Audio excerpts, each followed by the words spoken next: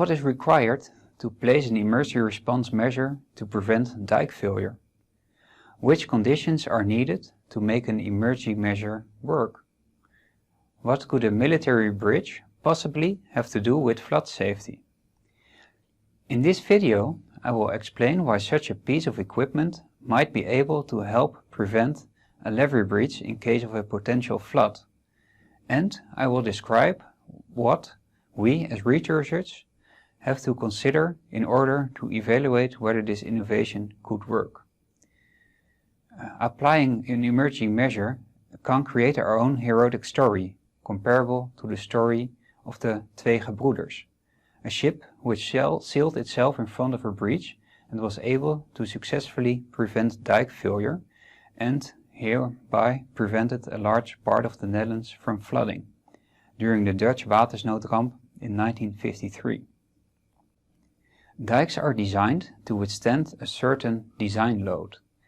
If this load is exceeded, the failure process of a dike will start, which causes flooding of the hinterland. The design load is based on the maximum accepted risk for flooding, taking the probability of flooding and the consequences of a flood into account. The accepted risk of flooding is higher than 0.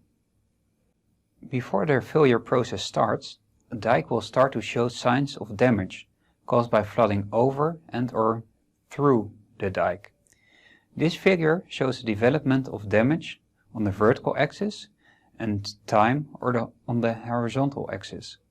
In case of a high water crisis, damage to the dike starts to develop until a certain threshold called failure is exceeded. The process normally follows the solid line, the do-nothing scenario. Emergency measures may be applied to locally increase the strength of the dike, causing different outcome scenarios after deployment of the measure. In the extra time scenario, damage to the dike will continue to develop. However, it takes longer till the failure threshold is reached, leading to a time benefit that can be used to evacuate people and livestock.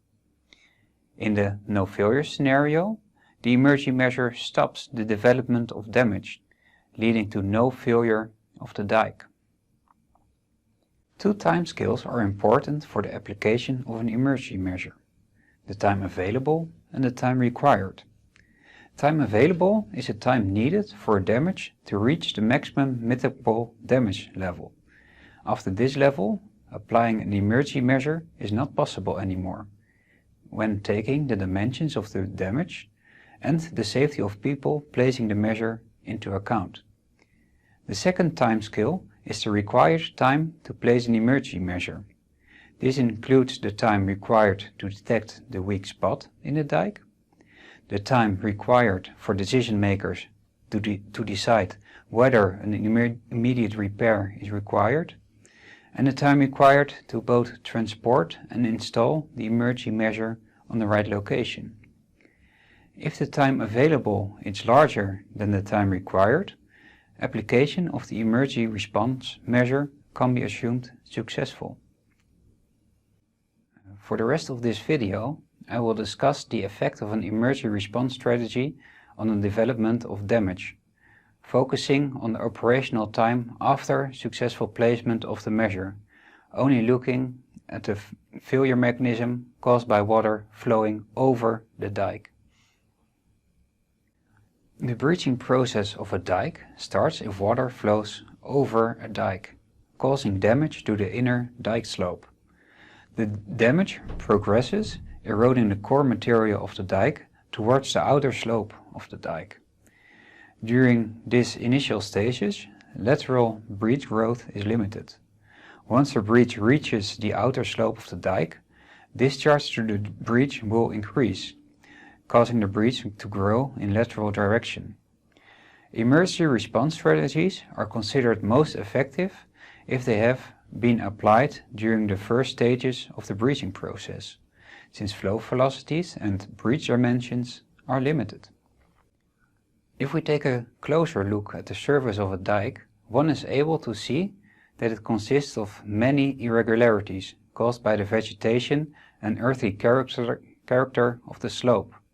In this image we can see a LiDAR measurement of the outer dike slope of Proof Holland in Delft, an area where people can, for example, test the effectiveness of different emergency response measures. 2 locations are selected for the analysis of the outer slope, on which experiments were conducted. These experiments will be elaborated in a few minutes. If we take a closer look at the 2 different locations, one is able to observe that the irregularities of the first location are less than the ones on the second locations. And this dike only has a width in the order of 10 meters. One can imagine the differences in the slope irregularities for a dike of several kilometers long. These slope irregularities are important to take into account for further analysis. My research is based on the application of the BresDefender to stop the breaching process of a dike in its early stages. The BresDefender is a military pontoon normally used to construct temporary floating bridges. By adjusting the pontoon, one is able to sink it on the outer slope of a dike in front of a weakened dike section. The advantage of the BresDefender is that you can do the entire operation from the water, so you do not have to be on top of a weakened dike anymore. In Proof Holland, the emergency response measure was schematized at a plywood plate covered with sandbags. This plate covers a pre-dug breach of various dimensions, with a maximum depth of 0.5 meters and a maximum width of 1.25 meters on top. The goal of the experiments was to measure the leakage discharge flowing underneath the plate into the breach. Leakage discharges are measured using the fill rate of a leakage box. Sandbags are applied to both prevent the plate from floating and to investigate the effect of top weight on the total amount of leakage through the breach. The plate was placed on the 2 locations as showed before. Analysis of the data shows that the weight on top of the plate has no effect on the total leakage discharge.